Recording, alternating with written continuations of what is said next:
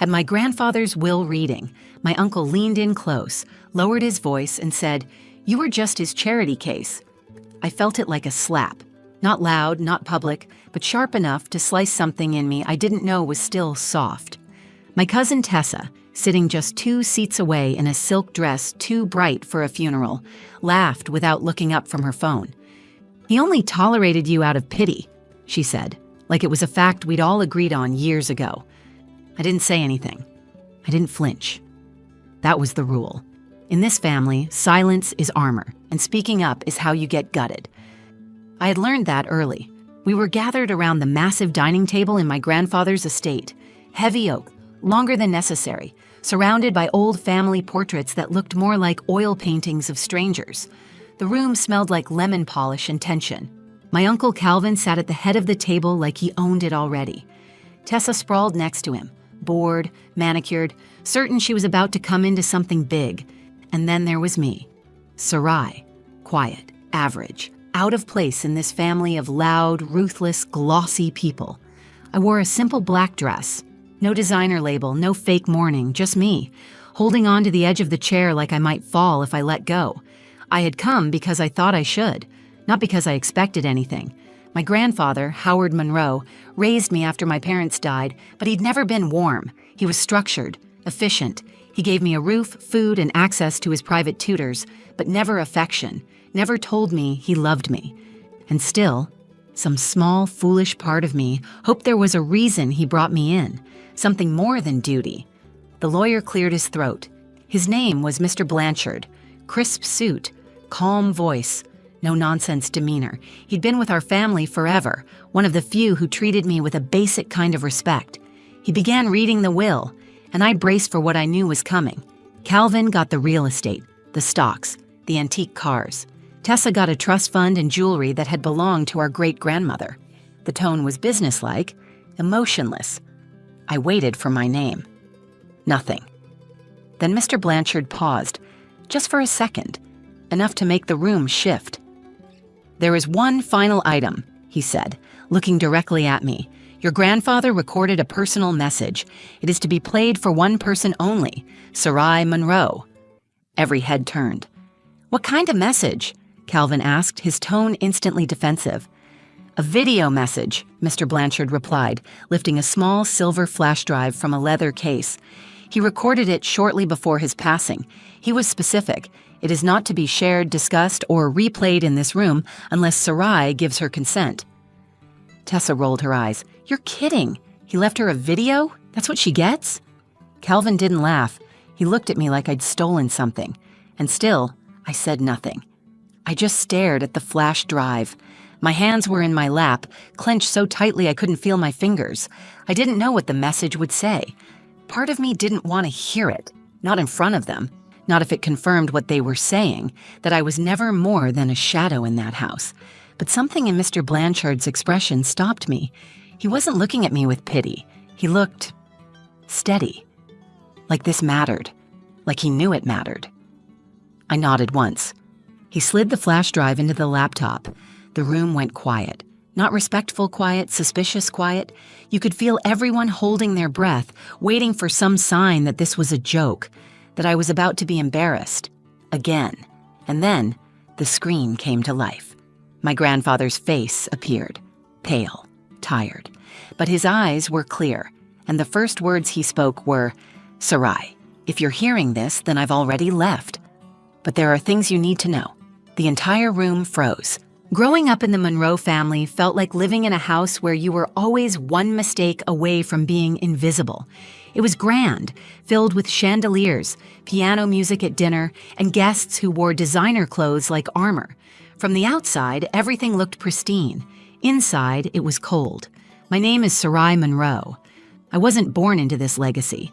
My parents, Rebecca and James, died in a car accident when I was 12. There was no one left to take me in, so my grandfather, Howard Monroe, stepped in. He didn't say much the day he brought me to his estate. He just handed me a key to a guest room and said, "Make yourself useful." He was a man of systems. He liked his mornings quiet, his papers ironed, and his family in check. He paid for my schooling, kept me fed, and never raised his voice. But he never called me his granddaughter. Not once. The only time I ever saw him smile was when my cousin Tessa got accepted into some overpriced private academy. She was the kind of girl who had her name stitched into her clothes, who rolled her eyes at the help, who only spoke to me when she needed someone to cover for her. Her father, Calvin, my uncle, was no better. He ran the Monroe business empire after my grandfather stepped down, and from the moment I arrived, he made it clear that I was not family. I was a stray taken in, a reminder of a tragedy they never wanted. Still, I kept my head down. I studied hard. I graduated early. I worked small jobs during the summers while Tessa traveled to Europe, and Calvin bought lake houses he never used. I was grateful, even when it hurt. Told myself that maybe if I stayed out of the way long enough, they'd eventually see me. Really see me, but they didn't. Even after I moved out at 21, I sent my grandfather birthday cards. I visited when I could. I brought groceries when I knew the staff was off. He never asked for it, never thanked me either. He would just nod once and go back to his crossword puzzles. When he passed, I didn't cry the way I thought I would. I felt like something ancient had finally gone still. The funeral was tasteful, expensive, full of people who called him a legend and a force. I stood in the back, not because I was hiding, but because no one offered me a seat near the family. Not that I expected one. 2 weeks later, I got the email from Mr. Blanchard, the family lawyer, formal as always. He requested my presence at the Monroe estate for the reading of the will. I debated not going. I already knew what was coming. Calvin would get everything. Tessa would get enough to keep her smug for another decade. I would get a pat on the head and a kind word, if that. Still, I showed up. I wore a black dress I'd worn once to a scholarship dinner. I did my makeup like armor, kept my hair tied back. No frills, no room for hope. When I walked into the estate, everything felt the same. Same dark wood floors, same smell of polished brass and fading flowers. The paintings on the walls watched like they were waiting for someone to disappoint them. Mr. Blanchard greeted me at the door. He was polite, his face unreadable. Calvin sat at the far end of the table, his Rolex catching the light as he tapped the wood impatiently. Tessa scrolled on her phone like the whole event was a waste of time. No one looked up when I walked in. No one greeted me. I took a seat near the middle of the table, not close enough to pretend I belonged, but not far enough to look like I was hiding. I wasn't here to beg for anything. I just wanted to hear the last words of the man who raised me, even if those words weren't meant for me. The chairs creaked. Mr. Blanchard opened the folder, and everything I thought I knew about this family began to crack.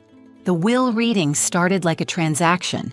No tears, no sentiment, just Mr. Blanchard's calm voice cutting through the silence of the room.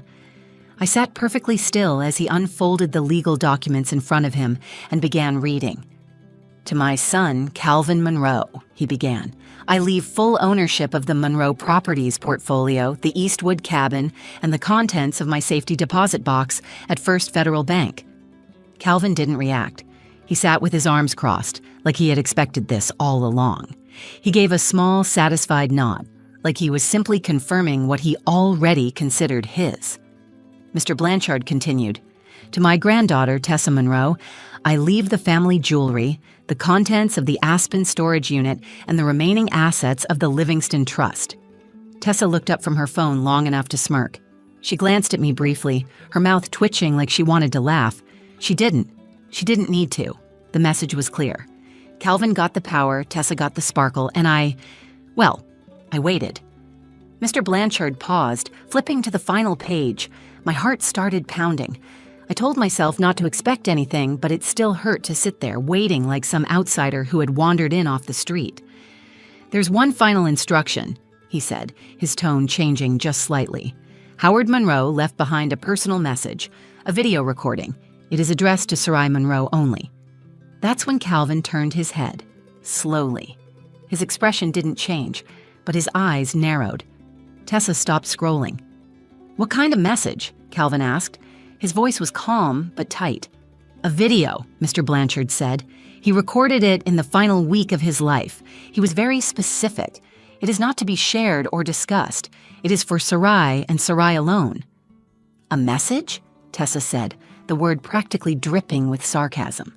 "That's what she gets? Not even a keepsake?" She was barely family, Calvin added. He gave her a roof, fed her. That should have been enough. I didn't say a word. I kept my eyes on the table in front of me, tracing the wood grain with my fingertips like it might keep me grounded. I believe Mr. Monroe's instructions are to be respected, Mr. Blanchard said, holding up a silver flash drive. The message can be played now, but only if Sarai consents. Calvin leaned back, smiling like he already knew what was coming. Go on then, he said. Let's hear what old Howard had to say to his little charity case. Tessa snorted. I swear, if it's some speech about working hard and keeping your chin up, I'm walking out. I could feel their words trying to pierce me, but I refused to react. That was the only power I had ever had in this family, to not give them the satisfaction of seeing me break. I nodded once. Mr. Blanchard plugged in the flash drive. The room went quiet. No one shuffled. No one cleared their throat. Even the air felt still, like the house was holding its breath. The screen lit up. My grandfather's face appeared, thinner than I remembered, but his eyes were sharp. He wore his usual navy sweater, and he looked directly into the camera. Sarai, he began, if you're seeing this, I'm gone. The sound of his voice filled the room, and everything changed. No one spoke. Calvin's smirk faded. Tessa sat straighter in her chair. He didn't sound tired. He didn't sound formal. He sounded like a man with something real to say. I never said much while I was alive, he continued, but there are things I need you to hear, things I should have told you a long time ago. I sat frozen. My palms were damp and my jaw was tight. I didn't know what was coming, but I could feel the weight of it already. From across the table, Calvin's eyes shifted to mine. He didn't look smug anymore. He looked wary. And just like that, the power in the room had shifted. For the first time in my life, everyone was silent, and they were all listening to something meant only for me. I don't remember breathing as the video played. My grandfather looked straight into the camera, but I felt like he was looking directly at me, like he had waited his whole life to finally speak freely. Sarai, you were never supposed to be a burden, he said. You were the only one who never asked for anything. I heard someone shift behind me. Tessa crossed her arms. Calvin looked uncomfortable now. I stayed still. You were 12 when you arrived here, my grandfather continued. Your parents were gone. I wasn't ready for another child in the house, especially not after everything with Calvin's mother. But I took you in because your father was my son too, even if I never acknowledged it publicly. My hands gripped the sides of the chair. I felt my pulse in my ears. There was a ringing, but I didn't look away from the screen. Yes, Sarai, your father, James Monroe, was my son. I loved him, but he wasn't born in marriage. It was the 60s. Things were different then. I was young, foolish, and afraid of ruining the Monroe name. I made a mistake. I let society dictate what kind of father I was allowed to be. A gasp escaped from Tessa. Calvin said nothing, but his face was turning red. I didn't raise James. I failed him, and when he died, I saw a second chance in you. I couldn't say the words. I didn't know how to be open, but I watched. I saw you every day. I saw how hard you worked. I saw you put this family first when no one ever did the same for you. My eyes burned, but I held back the tears. I couldn't cry here. Not yet. Not in front of them. You covered for Calvin when he took company funds to bail out that failed startup. I know about it. You paid part of the accountant's silence fee with your own college fund. There was a sharp sound, Calvin's chair scraping as he sat back harder than before. He looked at me now like I was a stranger. Tessa looked confused. I didn't protect you the way I should have, my grandfather said. I let you be treated like a guest in your own home. That is my greatest shame. So I did the one thing I knew would make a difference, even after I'm gone. Mr. Blanchard pressed pause. I blinked, confused. There's more, he said, standing slowly. But before we continue, I need to state something for the record. He reached into his briefcase and pulled out a slim black folder. Several years ago, Mr. Monroe initiated a legal adoption. It was finalized. Sarai Monroe is, under the law, his daughter. She is his sole, direct heir. Calvin stood up. This is a joke, he said, his voice rising. He was senile. That wasn't real. That was never mentioned. Mr. Blanchard didn't flinch. He filed it himself. There are notarized signatures. It is binding. Tessa stared at me like she was trying to reprocess every conversation we'd ever had. Calvin leaned forward, gripping the edge of the table. "You knew about this?" he demanded. "No," I said, my voice steady. "I didn't." And that was the truth. I never knew any of it. I never imagined he would go through legal steps to claim me as his own. I thought I was just someone he kept around out of guilt, but now the entire foundation of my identity was shifting beneath me. Mr. Blanchard continued. As the legal heir, Sarai now holds majority control of Monroe Enterprises. The estate's main residence and corporate voting rights transfer to her as per Howard Monroe's final will. The air felt heavy. Every eye in the room was on me. Not with pity, not with amusement, with something closer to fear. I was no longer the girl in the corner. I was the daughter, the heir, the one person Howard Monroe had trusted with everything. I turned back to the screen. My grandfather's face remained still, frozen in mid-thought before the final segment would play. I nodded. Keep playing it. Because now I needed to hear everything. Mr. Blanchard pressed play again, and my grandfather's voice returned. His tone was steady, but there was something different now, something heavier. He wasn't just leaving behind instructions. He was telling the truth, for the first time. I built Monroe Enterprises with one goal in mind: legacy. I thought that meant wealth, properties, the Monroe name on buildings. I was wrong. He paused for a breath. Not out of weakness, but deliberation. Legacy is not in the things we leave behind. It's in the people we shape and the ones we choose when the world says not to. Sarai, you were never just someone I took in. You were my second chance. I failed your father. I didn't deserve the right to raise his child, but you gave me that chance anyway. Calvin had sunk back into his chair, his jaw clenched, his eyes dark. He wasn't angry anymore. He was unraveling. Tessa stared at the screen like she was watching a stranger speak her grandfather's words. You were the only one in this family who never lied to me, my grandfather continued. You never used my name to get ahead. You never asked me for favors or tried to manipulate my decisions. You earned everything you have, and I made sure no one could take it away from you. My throat tightened.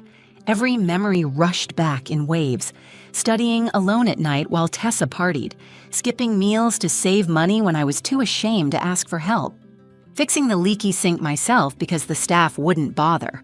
I thought no one noticed, but he had. I know this will anger them, he said plainly. Let it. They had my attention their whole lives. You had my respect. That is why I've left the controlling shares of Monroe Enterprises to you. All executive decisions now require your approval.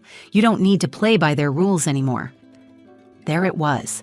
The words hung in the air, undeniable.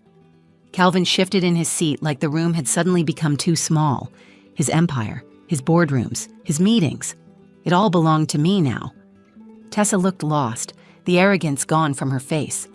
My grandfather leaned forward slightly on the screen, his voice lower, more personal. Don't waste time proving yourself to them. You already did.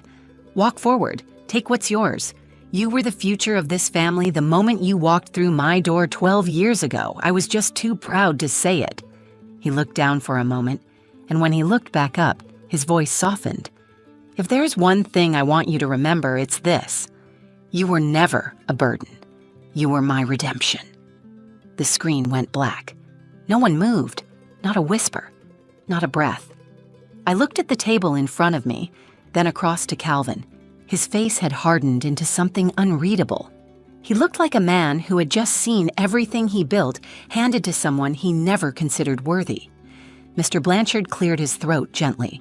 That concludes the contents of Mr. Monroe's final statement. Calvin stood slowly, but his voice carried weight. We'll contest this. You're welcome to, Mr. Blanchard replied, but I suggest you read the corporate bylaws your father revised last spring. He appointed Sarai as successor CEO in writing. It's already been filed with the board. The transition has begun. Tessa looked from him to me. Her voice was quiet, uncertain. Did you know about this? No, I said. I didn't, and I meant it. I had no plan, no scheme, no secret ambition. All I ever wanted was to feel like I belonged. Now, without warning, I held the keys to everything they thought would be theirs. I stood. I felt shaky, not from fear, but from the weight of finally being seen. I didn't speak out of spite. I spoke because it was time. "You made it very clear I didn't matter," I said, looking between them.